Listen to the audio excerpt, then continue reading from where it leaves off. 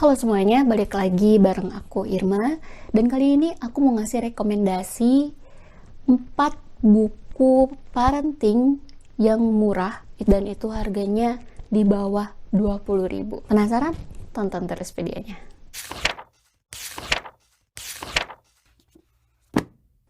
Oke, buku pertama ini ada judulnya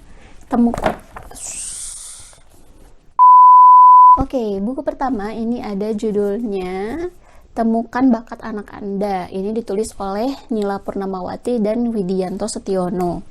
Dan penerbitnya ini dari Panda Media yang merupakan imprint dari Gagas Media. Nah, aku beli buku ini tuh sekitar harganya itu 10 atau 15 ribu, aku agak lupa. Tapi memang di bawah 20 ribuan sih. Dan ini tuh stok lama. Kenapa aku bisa bilang ini stok lama? Karena sebenarnya kan dapetnya itu segel, cuman isinya itu udah ada bercak-bercak kuning. Kayak di sini ini ada bercak kuning, kalian bisa lihat. Nah, itu bukti kalau buku ini tuh emang stok lama dan nggak bakalan dicetak ulang mungkin. Ya, nggak bakalan dicetak ulang. Sepertinya, aku pun nggak tahu sih. Nah, isinya tuh apa sih? Pertama, isinya itu adalah pengenalan apa itu analisis sidik jari dan manfaatnya. Yang kedua, ada tips untuk mengenal bakat si kecil sejak dini dari perilaku anak yang ditunjukkan.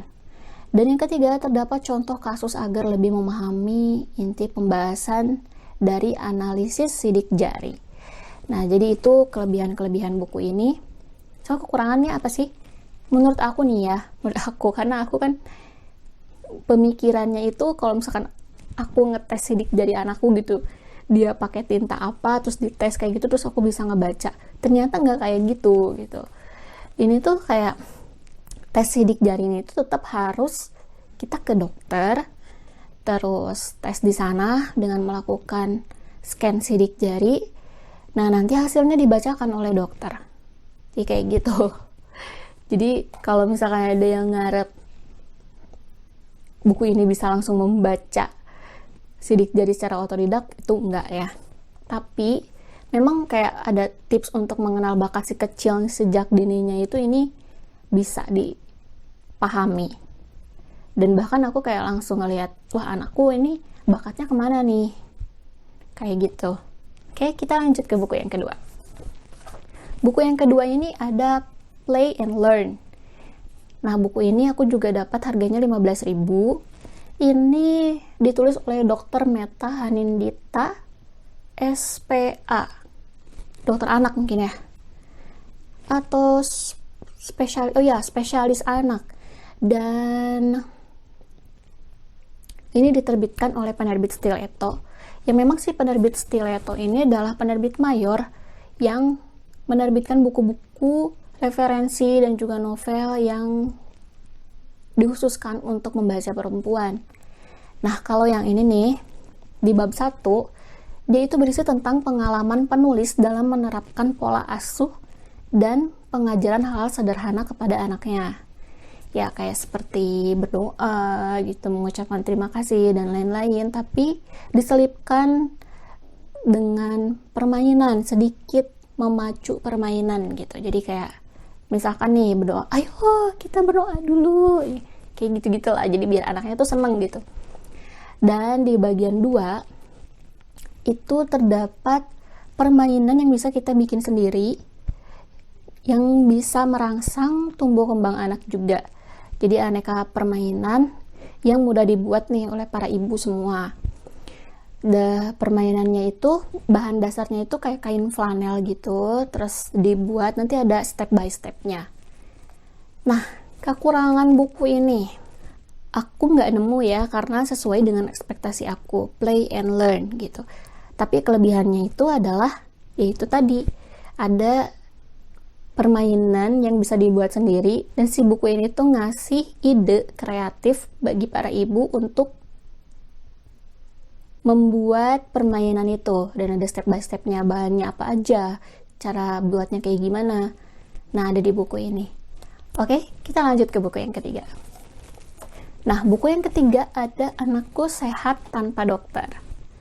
Nah, buku ini ditulis oleh Sugi Hartanti SPSI, dan diterbitkan oleh penerbit Steleto juga.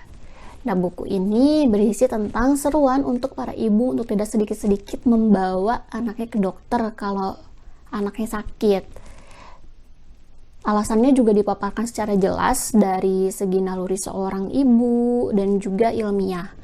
Juga terdapat tips merawat si kecil yang sedang sakit dan mengetahui tanda-tanda gejala sakit agar si kecil bisa ditangani lebih dini.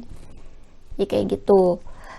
Kekurangannya sih sebenarnya ini sesuai dengan ekspektasi dan harganya juga cuma 5.000. Nah, karena harganya 5.000 nih, jadi aku dapatnya itu udah kuning banget ininya. Udah kayak gini banget lah kertasnya, udah menguning parah. Dan kelebihannya itu ya ada tips merawat si kecil yang sedang sakit dan juga ada ciri-ciri nih. Kalau si kecil sakit ini itu ciri-cirinya apa gitu. Dan penanganannya itu bakalan seperti apa. Jadi jangan dulu dibawa ke dokter, tapi harus kita dulu yang merawatnya. Kalau misalkan memang kelihatan nih dalam 3 hari belum sembuh, nah baru, atau 2 hari belum sembuh, nah baru ke dokter gitu. Oke, kita lanjut ke buku yang keempat. Nah, buku yang keempat ada Menumbuhkan Kemandirian Anak. Nah, ini ditulis oleh Eugenia Rahma, pengajar dan penulis buku anak, dan ini diterbitkan oleh penerbit Steleto juga. Nah, ini harganya itu 15.000, ini baru-baru banget aku beli. Jadi masih fresh lah, dan bukunya aku dapetnya yang masih bagus, tapi sebenarnya memang ada sedikit menguning, ada sedikit menguning, tapi nggak terlalu parah kayak buku Anakku Sehat Tanpa Dokter tadi.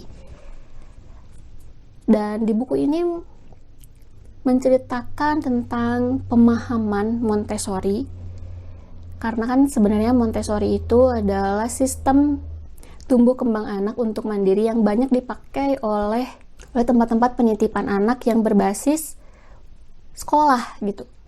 Aku lupa namanya, PAUD atau apa ya? Bukan PAUD sih. Ya pokoknya gitulah. Nanti kalau ada yang ingat tolong tulis di komentar ya, aku lupa. Terus di sini juga ada tips menumbuhkan kemandirian anak. Terus tips menghadapi sifat negatif anak seperti tantrum atau suka pukul. Dan kelebihan dari buku ini adalah ada tabel tahap perkembangan si kecil yang lengkap dari umur 2-6 tahun. Jadi kalian bisa lihat tuh, para mami, kalian lihat tuh anaknya, kalau misalkan anaknya masih di umur 2-6 tahun, kira-kira tumbuh kembang anaknya tuh udah pas atau belum. Dan juga di sini ada tabel tahap perkembangan kemandirian dari umur 1-6 tahun.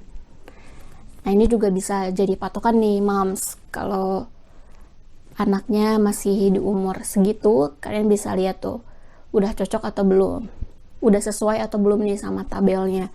Tapi yang nggak bisa jadi patokan juga, karena kan tumbuh kembang setiap anak tuh kan berbeda-beda ya, nggak melulu semuanya itu persis gitu, nggak.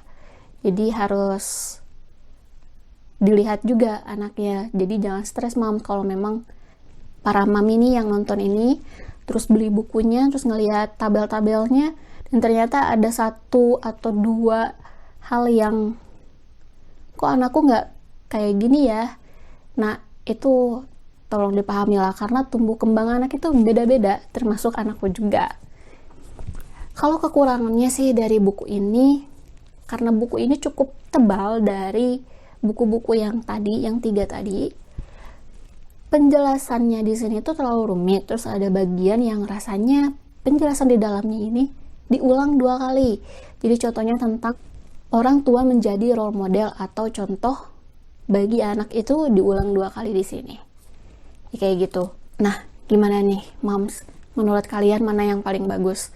Menurutku sih sebenarnya masing-masing punya kelebihan sendiri ya. Jadi tergantung teman-teman semua yang nonton di sini mana yang dibutuhkan terlebih dahulu gitu. Oke, thank you banget udah nonton. Like kalau kalian suka, share kalau video ini bermanfaat, dan komen di bawah kalau misalkan mau ada yang disampaikan. Thank you udah nonton dan sampai jumpa di video selanjutnya. Bye-bye.